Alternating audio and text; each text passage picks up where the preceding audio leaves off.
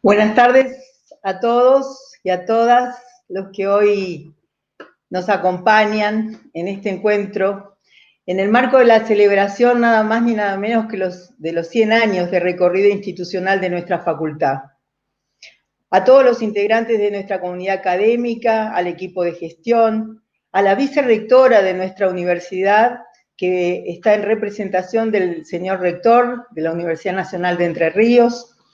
También quiero expresar mi agradecimiento por todos los cálidos y reconfortantes saludos recibidos ante esta tan importante celebración, de parte tanto de las facultades de nuestra universidad como también de las demás instituciones de nuestra ciudad, especialmente de la Universidad Tecnológica Nacional y de la UADER. 100 años no son pocos y hablan de un largo camino recorrido, que comenzó en 1919, cuando en la ley de creación de la Universidad Nacional del Litoral se señala que forma parte de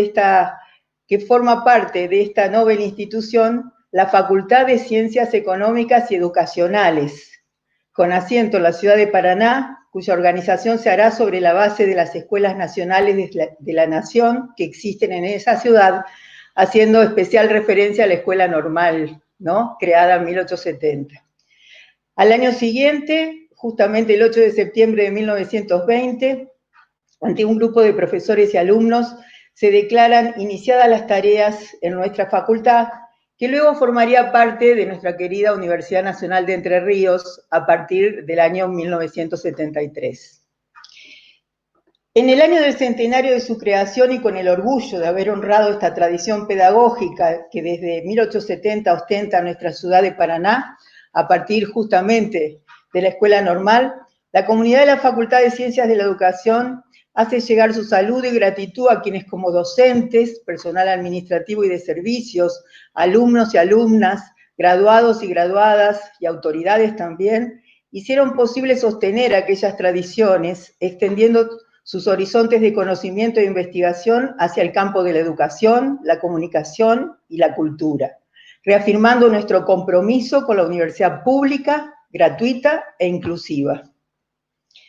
Aún en estos difíciles momentos, donde la pandemia nos acecha e impide la celebración que teníamos prevista, decidimos igualmente compartir esta conmemoración de los primeros 100 años de la Facultad de Ciencias de la Educación desde las posibilidades con las que hoy contamos y valorando nuestra memoria institucional, recordando y agradeciendo a quienes han posibilitado su consolidación como espacio educativo de excelencia y comprometido con nuestra sociedad.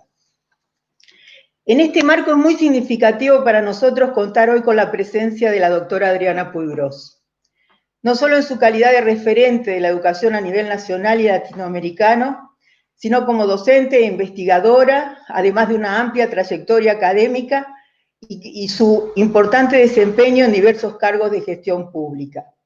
Decía que es muy significativo ya que la doctora Puiggrós fue durante 10 años, desde 1987 a 1997, parte de la comunidad académica de nuestra facultad.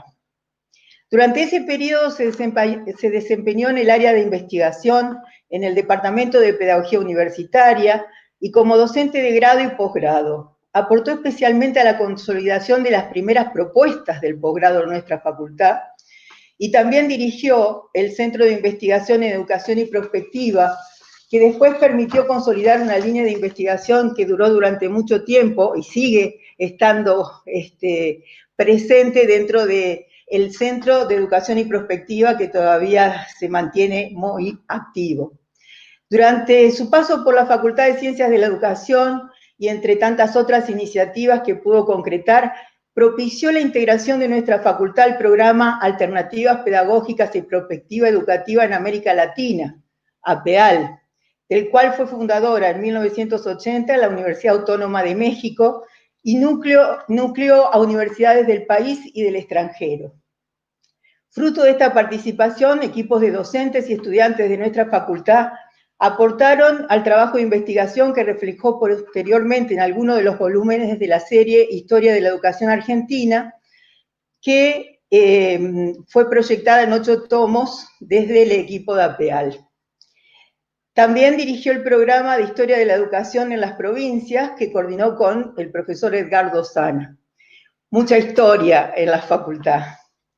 Por todo este recorrido tan importante y fundante para nuestra institución, es que agradecemos especialmente, Adriana, tu presencia en esta celebración, y tiene una significación, como decía, muy especial, que esto se haya podido concretar en este marco, en este contexto, en este difícil y complejo escenario. Así que sin más, dejo la palabra, agradeciendo nuevamente su presencia en este encuentro a la doctora Adriana Puigros. Muchas gracias. Bueno, muchísimas gracias. Realmente yo agradezco muchísimo a la facultad, a su decana, a la Universidad Nacional de Entre Ríos. Realmente, personalmente es algo muy emocionante, efectivamente por haber tenido el honor de formar parte de la comunidad académica de la UNER y de la Facultad de Ciencias de la Educación y de Comunicación, haber vivido todos aquellos años, recordar a muchos compañeros, algunos que están, otros que ya no, pero con los cuales hicimos efectivamente, emprendimos muchos proyectos, muchos de los cuales siguen vigentes, ¿no? Y han sido enriquecidos y acompañados por otros nuevos. Yo quiero decir también que fui alumna de la facultad, en realidad un breve tiempo, pero voy a contar la anécdota, que es que cuando se interviene a raíz de la dictadura de Onganía, se interviene en las universidades, yo estaba terminando la carrera de Ciencias de la Educación en la Universidad de Buenos Aires y me vi imposibilitada de seguir precisamente por eso, pero había una posibilidad en la Universidad del Litoral, con lo cual pedí un reconocimiento de materias y cursé, me reconocieron las materias y cursé el seminario de tesis, haciendo un trabajo sobre la deserción escolar, en base a una experiencia en la cual yo participaba, puesto que, digamos, me especialicé en toda aquella época en el tema de la deserción escolar. Y luego, digamos, de alguna manera quedó atrapada, atrapada la finalización formal de la carrera, quedó atrapada por el pasaje de la facultad del Litoral a la UNER, ¿no? Y ya después fui profesora de la UNER, lo cual me dio muchísimo gusto. Yo terminé la carrera en la Universidad de Buenos Aires, pero, digamos, la parte formal terminé en la Universidad de Buenos Aires, pero podría decir que en realidad hice las dos carreras, también la de la Universidad del Litoral. Pero bueno, esta es una anécdota personal, es decir, pero que en realidad no podía dejar de contarla porque, digamos, es algo que también me suma a la emoción del día de hoy, ¿no? Desde su fundación, la Facultad de Ciencias de la Educación significó algo muy importante, que fue el reconocimiento de la educación como un campo del conocimiento y el reconocimiento del objeto de la educación, es decir, como merecedor de un campo, un espacio especial para su enseñanza y para su investigación. Realmente esta fue la primera facultad de Ciencias de la Educación del país, y fue muy tempranamente reconocida como tal, porque ya, como mencionaba la doctora Bergomás, cuando siendo parte de la Universidad del Litoral se la funda como una facultad de estudios económicos y educativos, ¿sí?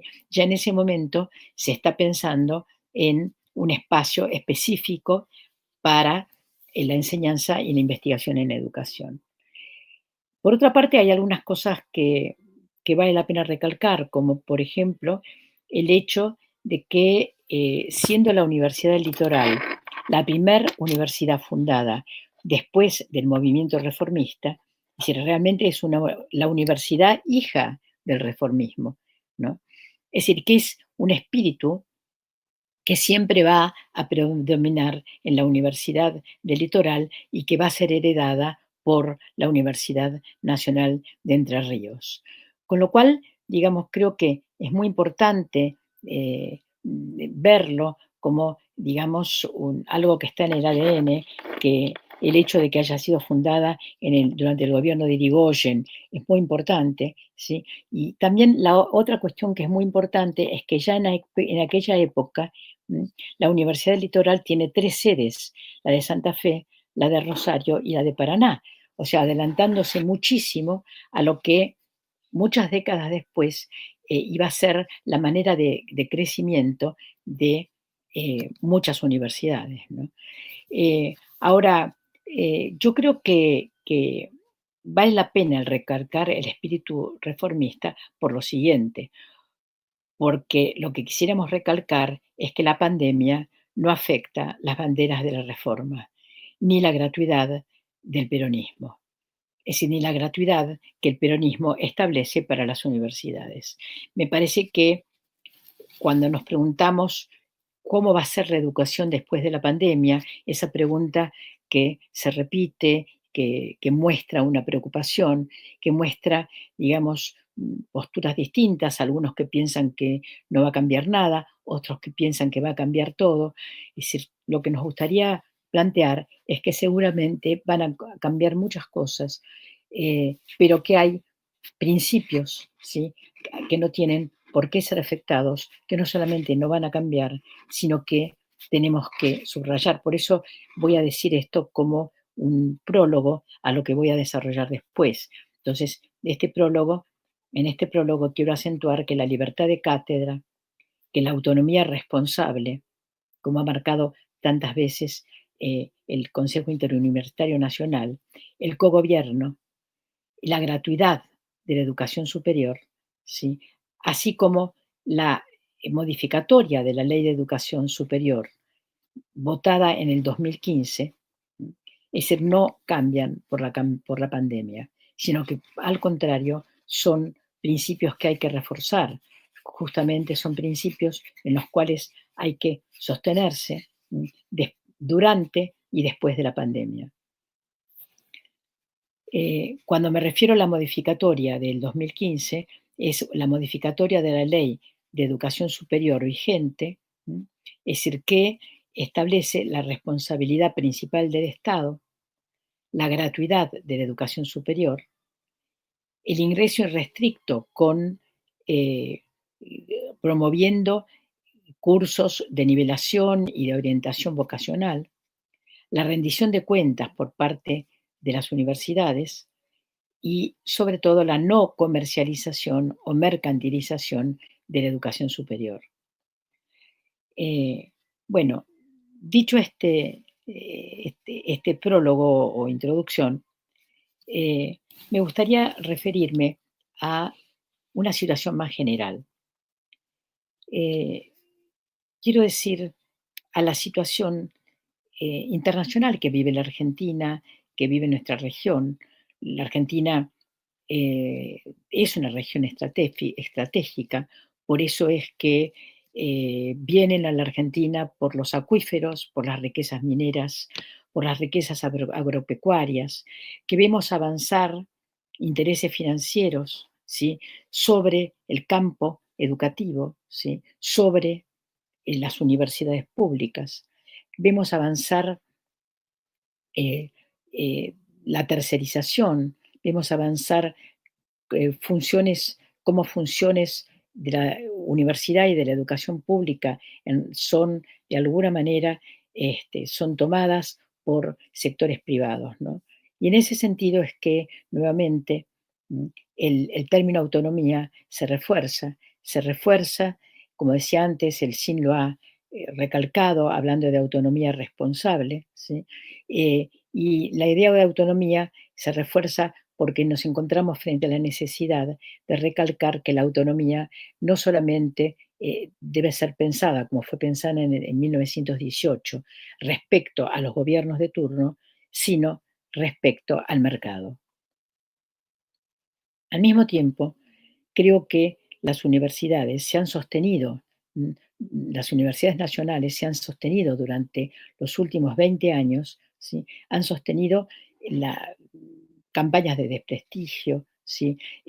Se han sostenido respecto, a la idea de que las universidades en realidad significan un gasto, inútil, ¿m? Es decir, que en realidad fracasan, ¿sí? Y yo creo que, que han tenido la dignidad de sostenerse como espacios de producción de conocimiento, como espacios de transmisión de la cultura, ¿sí? Es decir, más allá de los ataques, muchas veces estadística en mano, ¿sí?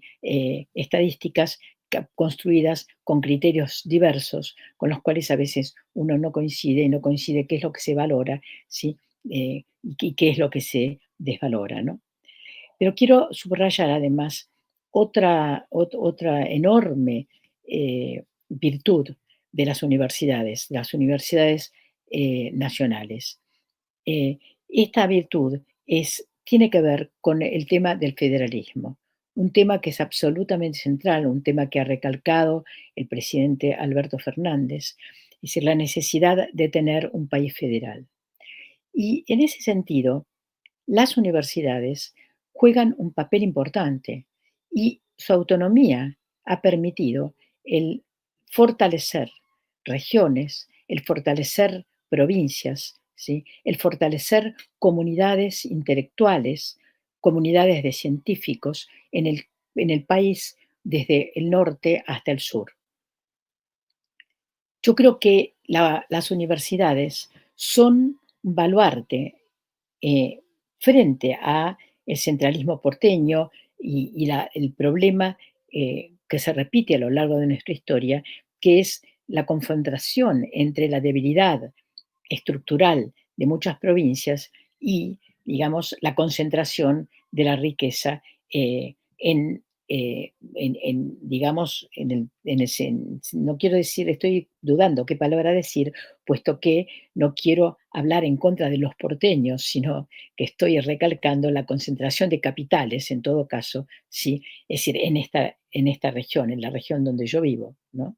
Que no es lo mismo que los porteños que viven de la misma manera, sí que el resto de los ciudadanos del país y los habitantes del país.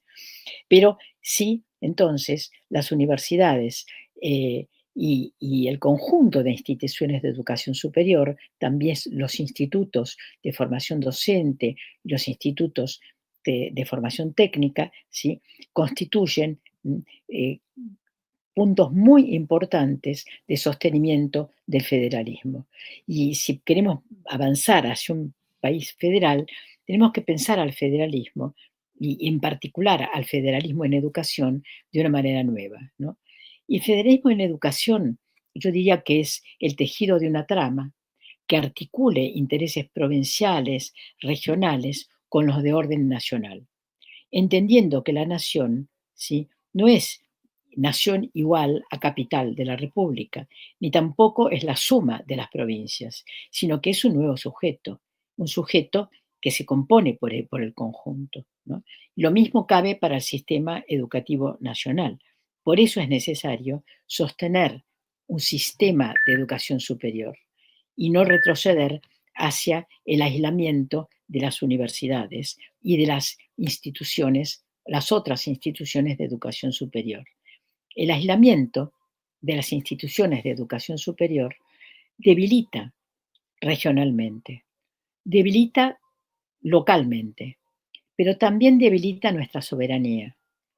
El tener un sistema de educación superior coherente, un sistema de educación superior comprometido con el desarrollo nacional y con el desarrollo de la región en el sentido latinoamericano, ¿sí?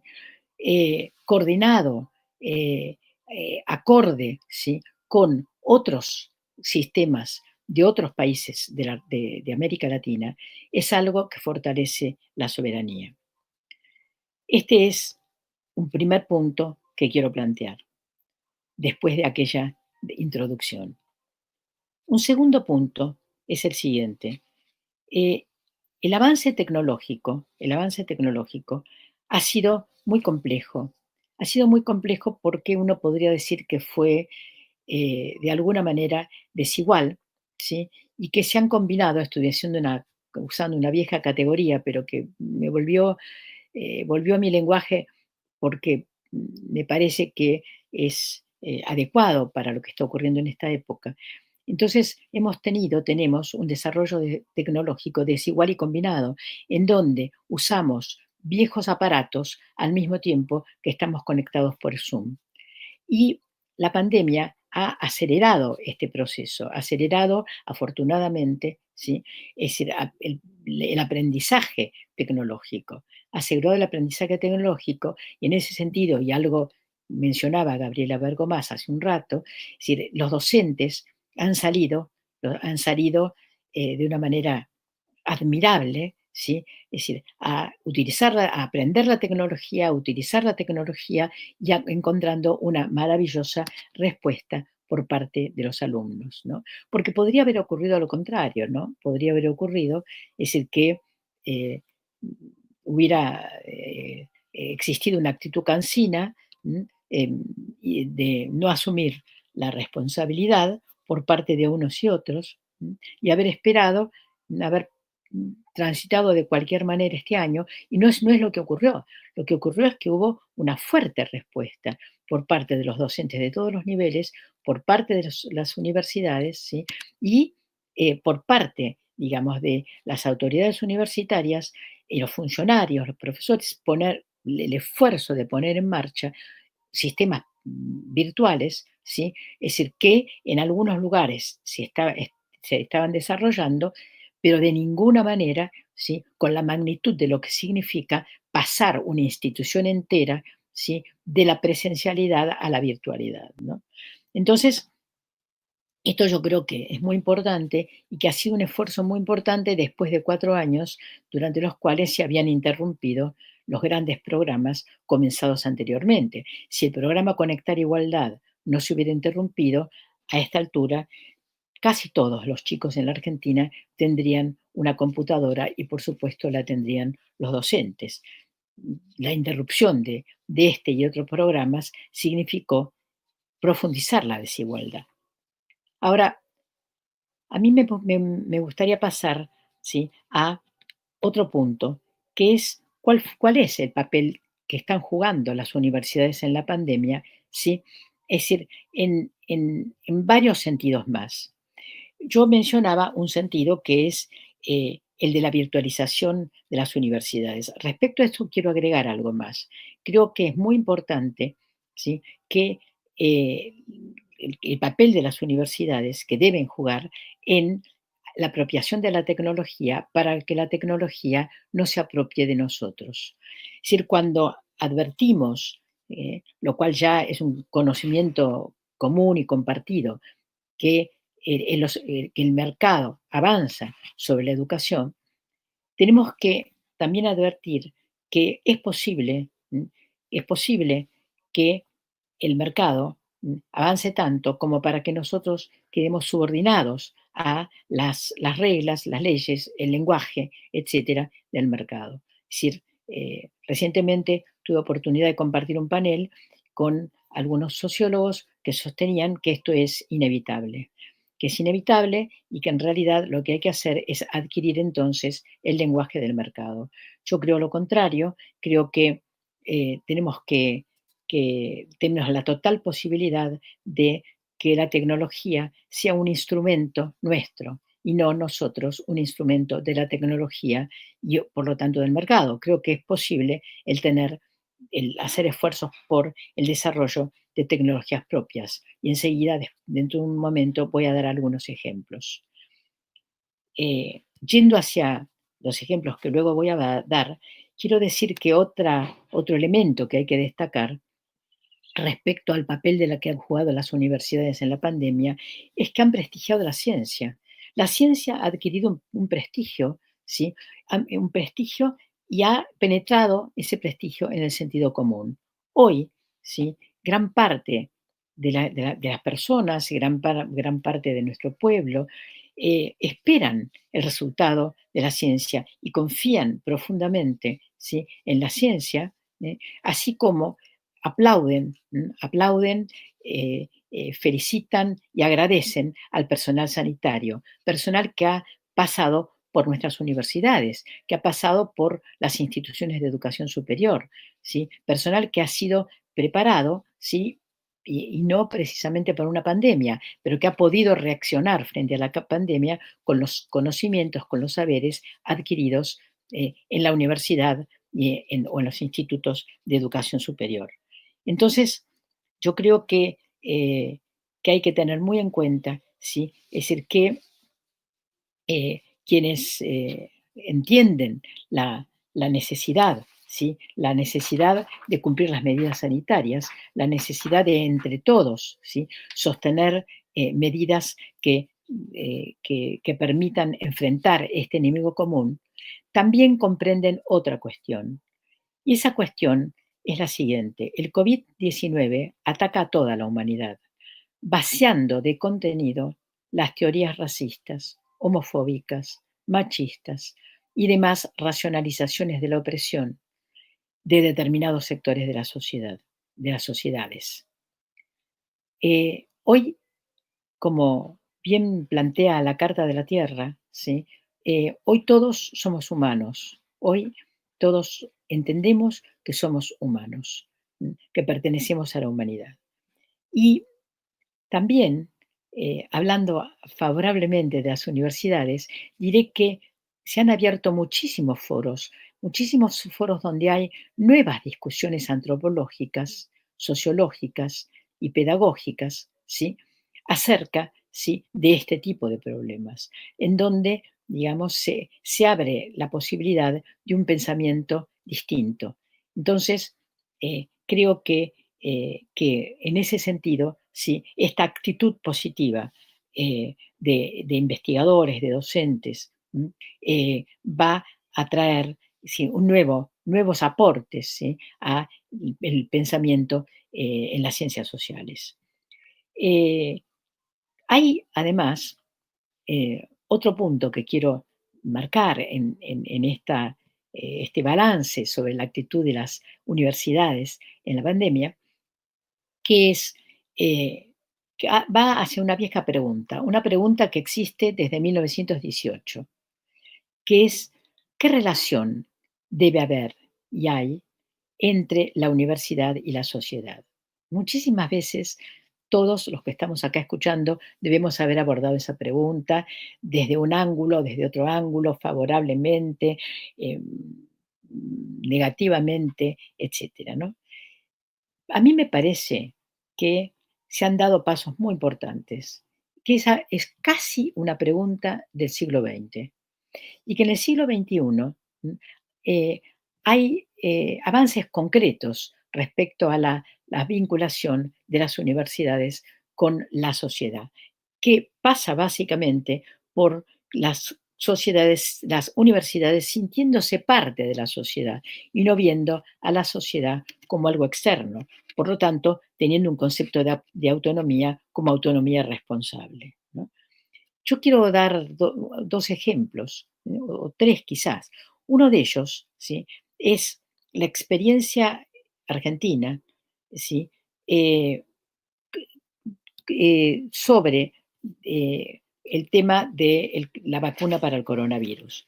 Fíjense ustedes que eh, la vacuna Oxford AstraZeneca, que será fabricada por la Argentina y México, ¿sí?, en donde hay una intervención de las universidades de Quilmes y San Martín, universidades además jóvenes, eh, pero que hay al mismo tiempo una asociación con el sector privado, pero una asociación en donde el sector público, a través de las universidades, tiene un rol central y es el que marca el camino, el que marca el territorio, ¿no?, y el que va a sacar adelante, digamos, esta vacuna. Pero a mí me parece que es una muestra de algo regulado por parte del Estado, emprendido por parte del Estado, emprendido por parte de las universidades, ¿sí?, y que significa un avance, una colaboración a un avance científico que es crucial en estos momentos y que se suma a los muchos otros que se están haciendo en otras universidades y en otros países. ¿Sí? Otro ejemplo también es el de el satélite SAOCOM 1B, ¿sí? El satélite que fue desarrollado por la CONAE, por la Comisión Nacional de Asuntos Espaciales, por la empresa estatal INVAP, ¿sí? Que es y por el contratista, que es la contratista principal del proyecto, por la firma pública VEN, por la Comisión de Energía Atómica, por el Laboratorio GEMA de la Universidad Nacional de La Plata, entre otras 80 empresas de tecnología e instituciones del sistema científico. Y además contó con la colaboración de la Agencia Espacial Italiana, ¿no? Ustedes saben, el satélite muy importante para toda América Latina porque es un satélite que toma mapas de la humedad del suelo para uso de la agricultura y la hidrología, mapas de riesgo de incendios, previene riesgo de incendios, algo importantísimo, importantísimo, imagínense, con lo que está ocurriendo con los incendios en el Paraná, ¿sí? Es decir, la importancia que tiene que tengamos un satélite que pueda prevenir, ¿sí? Digamos, esas conductas absolutamente antisociales, ¿sí? Que se presentan con las quemas en las islas, con las quemas de nuestros bosques, etcétera, ¿no? Entonces, yo creo que en la relación entre la universidad y la sociedad ha habido un fuerte aprendizaje por parte de las universidades, ¿sí? Y que han aprendido que lo que no debe borrarse es la frontera entre lo público y lo privado. Y que es posible que las universidades tengan vinculaciones fuertes con la sociedad, con los diversos sujetos de la sociedad, ¿sí? En la medida en que estén alertas y que cuiden que no haya un borramiento de las fronteras. Pero colaboración no es igual a borramiento de las fronteras. Creo que hay un tema más, un tema que lo veo más como una deuda que como un avance de las universidades, ¿sí? Y que tiene que ver con los cambios en la organización del trabajo y de la producción, ¿no? Que lo que quiero en realidad ahora plantear en este nuevo capítulo de la disertación es un problema y tres preguntas en realidad. Un problema y tres preguntas que van a ser sobre todo para pedagogos, para científicos sociales y también para psicoanalistas. Y lo voy a dar con un ejemplo. Lo voy a plantear con un ejemplo. Voy a plantear el problema primero. Soy muy clienta de Mercado Libre ahora. Live streaming is on. Ahí estamos nuevamente. Ahí Continuamos. Bueno, seguimos entonces. Entonces, lo que decía es que también dicen, ¿seguimos? ¿Se cortó? No, sí. Bueno. Ahí estamos. Perfecto. Que también, digamos, lo que dice Mercado Libre es, no nos importa tanto el conocimiento técnico especializado, eso se aprende, nosotros lo enseñamos, ¿sí? Bueno, yo creo que, digamos, leí esta cita porque me parece que sintetiza, ¿sí?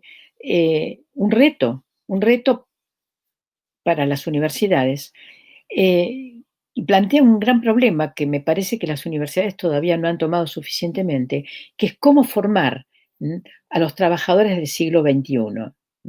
Cómo formar a los trabajadores del siglo XXI. Y que ahora, con el avance enorme que hay a raíz de la epidemia, el avance de la virtualización, me parece que nos vamos a encontrar con muchísimos nuevos puestos de trabajo que van a ser virtuales.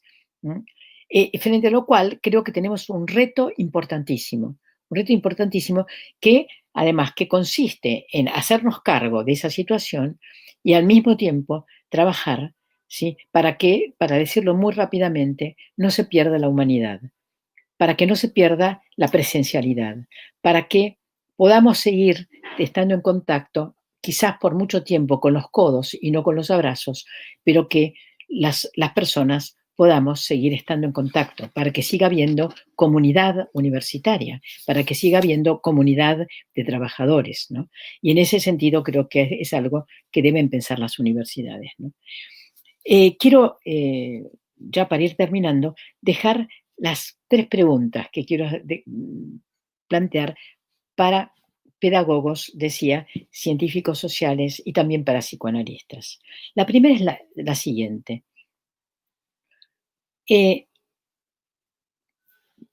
Tomando una frase de Diego Stultwerk, diría, ¿sí? ¿Cuál es la fuerza de las micropolíticas neoliberales omnipresentes en el campo de la subjetividad? ¿Sí?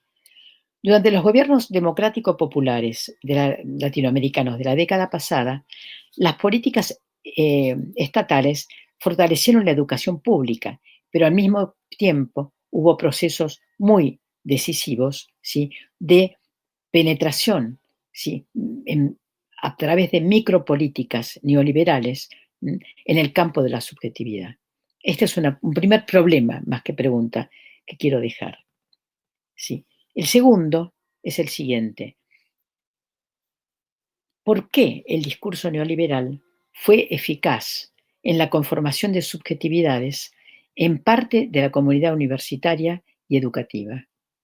¿Cuál fue la fuerza del discurso neoliberal? La tercera es, ¿qué ocurrió en el registro de la herencia? ¿Por qué las nuevas generaciones tienen dificultades para apropiarse del pasado y muchas veces se conforman con el presente, pero con pérdida del concepto de esperanza o de creación? La secularización de estos dos conceptos, esperanza, creación, ¿significa su pérdida? Y agrego una pregunta más.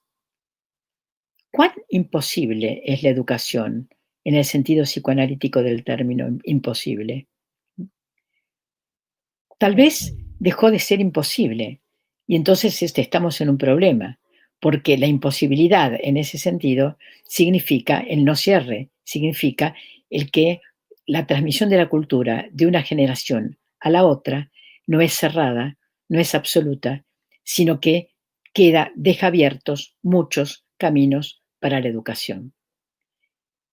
Entonces, digamos, con esto, es decir, creo eh, que podemos seguir pensando en términos de qué es lo creativo que podemos obtener desde una situación tan trágica como la que estamos atravesando, ¿sí? De no verla, en pos de no verla como algo cerrado, ¿no?, de no verla como algo absoluto, sino en todo caso de ver las posibilidades de nuevas perspectivas en muchos sentidos. Muchísimas gracias.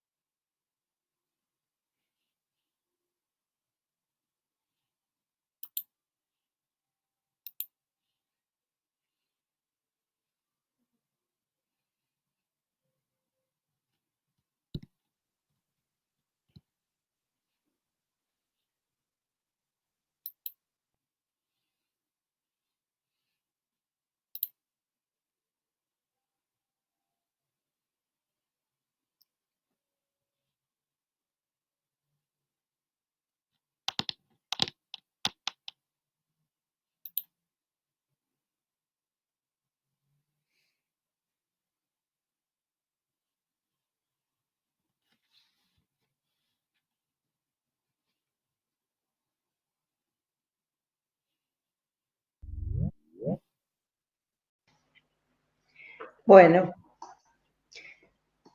ahí estamos, Adriana. Pero, ¿hasta dónde se escuchó? Ahí estaba viendo, porque a ver un poquito, yo Porque estoy... yo seguí hablando. Sí, sí, sí, sí. No hubo problema. Ah, bueno.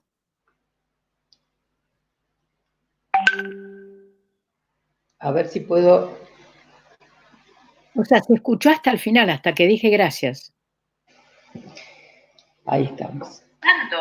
Sí, sí, sí, sí. Ah, bueno. No hubo problema. Ah, bueno. Bueno, hay... de por sí, Adriana, no solamente muchísimas gracias, sino la cantidad de aporte que hemos tenido en el chat, de gente que está participando y que está preguntando e incluso agradeciendo la posibilidad de escucharte, digamos. Yo quiero cerrar acá. Nuevamente, muchísimas gracias.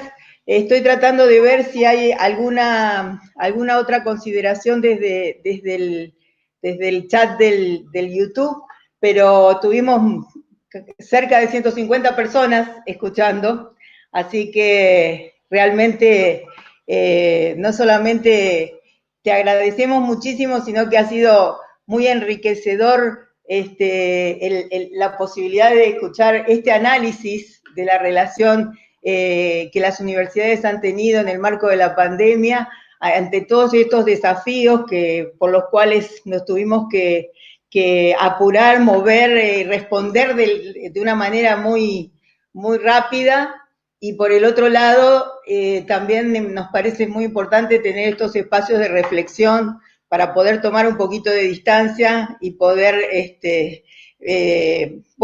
pensar desde distintas dimensiones esto que nos está tocando vivir, ¿no? Así que estos interrogantes que dejás, estas perspectivas que problematizan nuestro rol y especialmente el lugar de las universidades nacionales en este marco. Así que muchísimas gracias nuevamente y como siempre un gusto que estés con nosotros y te esperamos cuando podamos presencialmente para continuar con los festejos de los 100 años de nuestra facultad. Adiós, muchas gracias a ustedes, muchas gracias a la facultad, gracias Gabriela, gracias a todos. Bueno, gracias Adriana, muchas gracias.